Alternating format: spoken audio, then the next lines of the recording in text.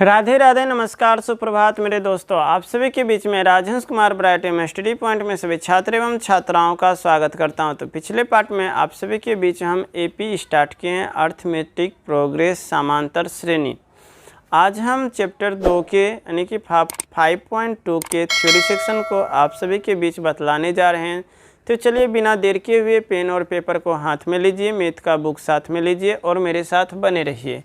तो आज हम बात करने जा रहे हैं आप सभी के बीच एपी का एनवां पद ज्ञात करने के लिए, अर्थात एपी में दिया रहेगा और एनवां पद ज्ञात कीजिए। तो सबसे पहले हम बात कर लेते हैं कि एनवां पद है क्या। जैसे कि हम मान लेते हैं एपी के कुछ मान, जैसे कि माना कि एपी बराबर हम एपी में जैसे लिखा रहता है फर्स्ट पद, उसके बाद सेकेंड पद, उसके बाद थर्ड पद, उसके बाद फोर्थ पद, इस प्रकार से और भी लिखा रहता है। तो चलिए हम यह पद को एनवां पद एन तक लेते हैं, एनथ पद, ठीक। अर्थात एनवां पद हमें ज्ञात करने के लिए जानना है तो हम एन पद लिए। एन का मान कुछ भी आप रख सकते हैं। एन का मान जो है यहाँ पर एन का मान जो है यह धनात्मक संख्या होंगे।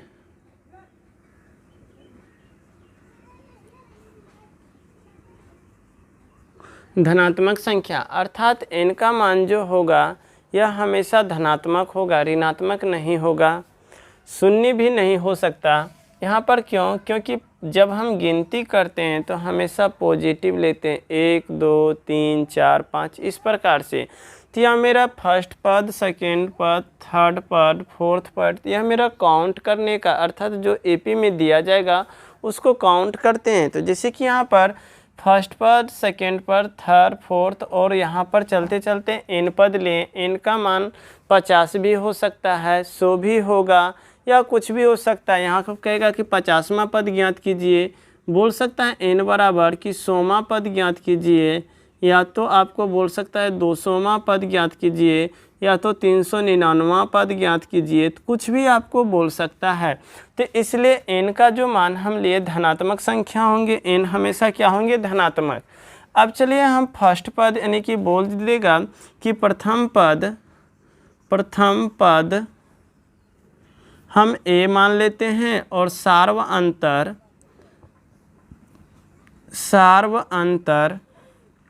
डी लेके चलते हैं। प्रथम पद हमने ए मान लिए और सार्व अंतर डी मान लिए, तो हम कह सकते हैं कि मेरा फर्स्ट पद जो होंगे ए होंगे, प्रथम पद ए, और सेकेंड पद जो होते थे तो सेकेंड पद को हम लिखने के लिए डिफरेंस को जोड़ते थे, तो मेरा हो जाएगा ए प्लस डी सेकेंड पद। और थर्ड पद लिखते हैं तो सेकेंड पद में यानी कि अगले पद में, फर्स्ट पद में हम यहाँ पर डी को ऐड किए, फिर अगले पद जब लिखेंगे तो सेकेंड पद में डी को ऐड करेंगे, फिर अगला लिखने के लिए हम डी को, अर्थात डिफरेंस जो होगा, कॉमन डिफरेंस, सार्व अंतर जो होंगे, सार्व अंतर को जो है हम हमेशा जोड़ते चले जाएंगे अगले पद में। तो यहाँ पर ए प्लस डी हुआ सेकेंड पद, तो थर्ड पद हो जाएंगे ए प्लस एक डी पहले से और एक डी जुटेगा तो एक डी 2 डी, और हम चौथा पद लिखेंगे तो ए प्लस प्रथम पद 2 डी और 1 डी, तो हो जाएंगे 3 डी। अब यहाँ पर हम लिख दिए 3 डी। अब एनवां पद जब लिखेंगे तो एनवां पद लिखने के लिए हम करते हैं क्या? तो इसको हम यहाँ पर से मिटा देते हैं, ध्यान से देखिएगा।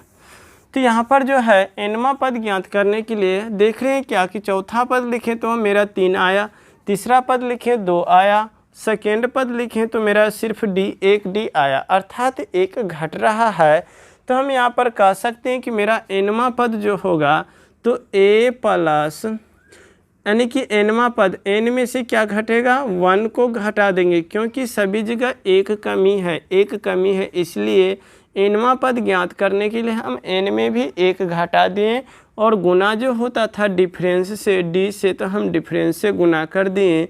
तो मेरा एनवां पद ज्ञात करने के लिए आ गया फॉर्मूला क्या? A plus n minus 1 into d. अर्थात कहने का तात्पर्य कि यहाँ पर जो है मेरा प्रथम पद ए हो गया, सार्व अंतर डी हो गया, बोल देगा कि nवां पद ज्ञात करें, nवां पद ज्ञात करने बोल देगा या क्या होगा, तो हम जानते हैं इसको जो है बोलेंगे क्या, an। यह जो हो जाएगा an बराबर a plus n-1 into D.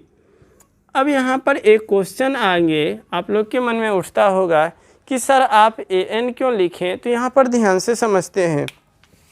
हम यहाँ पर फर्स्ट सेकेंड थर्ड जो यूज कर रहे हैं, इसके बदले में हम इसको कह सकते हैं क्या कि यह मेरा a1 पद है, a1 है, यह a2 है, यह a3 है, यह a4 है, तो यह मेरा जो होगा an होगा, यह मेरा क्या होगा an, और an का मान ही आया है क्या, a plus n-1 into D. तो इस प्रकार से हमने an का मान ज्ञात कर लिए और बोल रहा था क्या कि nवां पद ज्ञात करने के लिए, तो nवां पद ज्ञात करने के लिए यहाँ पर फार्मूला हो गया कि a plus n-1 into D. तो चलिए हम ध्यान से अब इस पर एक एग्जाम्पल लेकर समझते हैं। तो जैसे कि एग्जाम्पल दिया रहेगा कि बतलाइए, प्रथम पद आपको दे दिया जाएगा, प्रथम एग्जाम्पल, प्रथम पद आपको दिया रहेगा 6, सार्व अंतर आपको दे देगा 5, तो बोलेगा कि 50वां पद ज्ञात करें, 50वां पद क्या होंगे। तो चलिए ध्यान से समझते हैं। तो यहाँ पर प्रथम पद अर्थात प्रथम पद को हम डिनोट करते हैं किससे, a से, तो हम बोल सकते हैं a बराबर 6, सार्वअंतर को d से डिनोट करते हैं तो d बराबर हो गया 5, और 50वां पद अर्थात n का मान जो होगा यह 50 हो जाएंगे। 50वां पद अर्थात n का मान यहाँ पर क्या दे दिए 50, तो बोला क्या कि an ज्ञात कीजिए, या अर्थात 50वां पद n हुआ, तो यहाँ पर यह जो बोल रहा है an का मान ज्ञात करने, अर्थात कहने का तात्पर्य a 50वां क्या होंगे। तो चलिए हम सबसे पहले 1 2 3 4 पद ज्ञात कर लेते हैं, उसके बाद हम डायरेक्ट 50वां पद ज्ञात करेंगे। तो यहाँ पर डायरेक्ट हम फार्मूला को हिट कर दे सकते हैं, लेकिन हम कुछ पद को लिखते हैं, जैसे कि AP में हम दर्शा लेते हैं इसको। AP में यह मेरा फर्स्ट पद, सेकेंड पद, उसके बाद थर्ड, और डायरेक्ट हम जाएंगे कहाँ 50वां पद। तो चलिए हम ध्यान से समझते हैं। तो फर्स्ट मेरा पद हो जाएंगे, जो a का मान होता है वही मेरा फर्स्ट होता है, तो a का मान यहाँ पर 6 दिया, तो यहाँ पर 6 हो गया। और सेकेंड पद के लिए हम प्रथम पद में d को जोड़ते हैं, तो प्रथम पद हुआ 6, तो डिफरेंस मेरा 5 दिया हुआ है, तो हम 5 को जब ऐड करेंगे तो हो जाएगा 11। फिर हम सेकेंड पद से थर्ड पद जैसे जाते हैं तो डिफरेंस को जोड़ते हैं, तो यहाँ पर डिफरेंस जो है, कहने का तात्पर्य कि सभी में डिफरेंस समान होते हैं, तो यहाँ पर हमने 5 को ऐड किए प्लस 5, आगे भी मेरा जो है प्लस 5 ऐड होगा, फिर आगे भी प्लस 5 ऐड होते चला जाएगा। तो यहाँ पर हो गया 6 में 5 जोड़े तो 11, 11 में 5 जोड़ेंगे तो मेरा 16 होगा। इसी प्रकार से बोला था क्या 50वां पद ज्ञात कीजिए। तो इस प्रकार से हम जोड़ते रहेंगे तो मेरे पास समय उतना नहीं रहेगा जो कि हम जवाब दे सकें। तो इसलिए जो है मैथमेटिक्स में कुछ टर्म को शॉर्ट विधि से निकालने का प्रोसेस बतला देते हैं, अर्थात वही प्रोसेस जो है जो कि डायरेक्ट हम 50वां पद ज्ञात करेंगे। तो इसके लिए हम फार्मूला जानते हैं क्या कि an बराबर क्या, an बराबर a plus n-1 into D. इस फार्मूला के तहत हम अभी निकालते हैं। तो n का मान 50 दिया हुआ है, तो यहाँ पर 50 हो गए, इक्वल टू a का मान कितना 6, a का मान जो है कितना 6 दिया हुआ है, और प्लस n का मान 50, n का मान 50, 50 में से 1 घटा दिए, इंटू डिफरेंस जो दिया हुआ है वह 5 है तो 5 लिख दिए। अब इसको हम कैलकुलेट करेंगे तो 6 प्लस 50 में से 1 घटाएंगे तो 49 इजकल टू 5। अब यहाँ पर देखते हैं 6 प्लस, यहाँ पर 9 पचे 45 के 5, 4 5 20, 20 4 24, 245 हो गया। और 245 में हम 6 जोड़ देंगे तो यह मेरा फाइनल मान जो देगा यहाँ पर यह 200 जो है 51 हो जाएंगे, अर्थात यह जो है किसका मान निकल गया, 50वां पद जो होंगे 251 हो जाएंगे। तो आपको समझने में कहीं पर दिक्कत नहीं हुआ होगा, तो आप अच्छी प्रकार से समझ गए होंगे।